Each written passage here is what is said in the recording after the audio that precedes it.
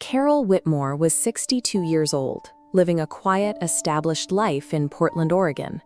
She was a widow, a deeply affectionate mother to her son Michael, and a mother-in-law who went out of her way to observe the boundaries of his new marriage.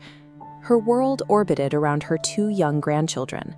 Before the silence began, Lily was 4 and Noah was 6. Carol was a constant, active presence in their early lives. Then, in late September, the access stopped.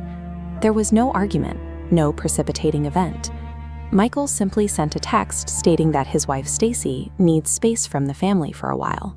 He provided no timeline and offered no explanation. The deepest psychological tension of a sudden cutoff comes from the complete inability to apologize.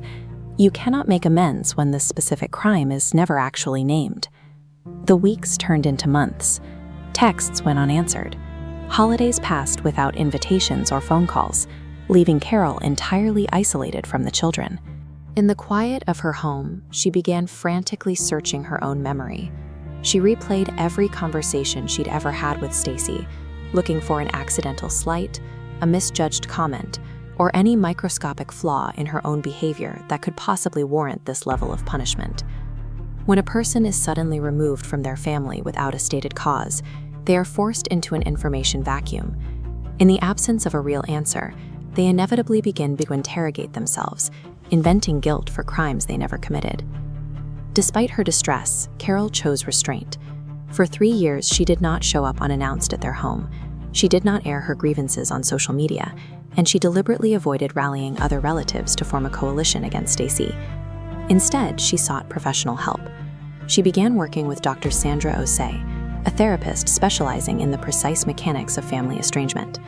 Dr. Osei gave Carol a single, highly specific psychological directive to anchor her survival. She told her to remain someone they will want to come back to. Carol put this into practice through low-pressure consistency. She sent brief, undemanding text messages to Michael on his birthday. She bought modest Christmas gifts for the children and stored them, unopened, in a spare bedroom. In the face of alienation, patience requires immense discipline. Carol actively refused to step into the villain role that had been assigned to her. The explanation finally arrived on a Wednesday from a completely unexpected source.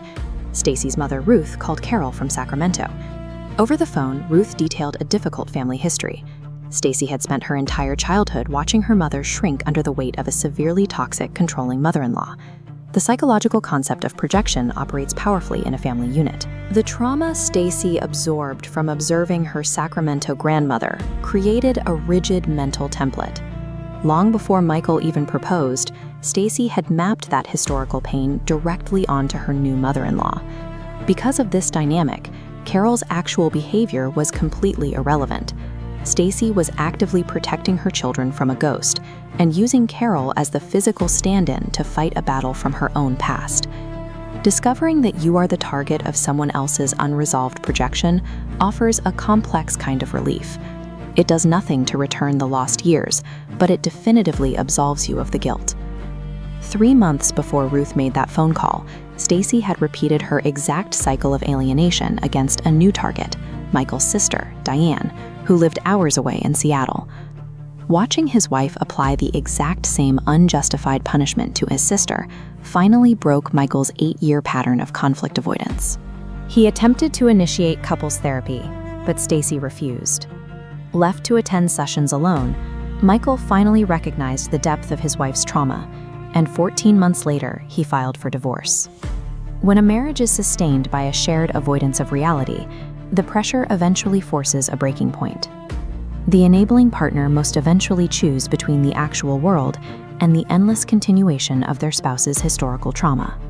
156 Saturdays after the estrangement began, a car pulled into Carol's driveway. Michael walked through the door with Lily, now 9, and Noah, now 11. Lily asked about the art supplies Carol used to send.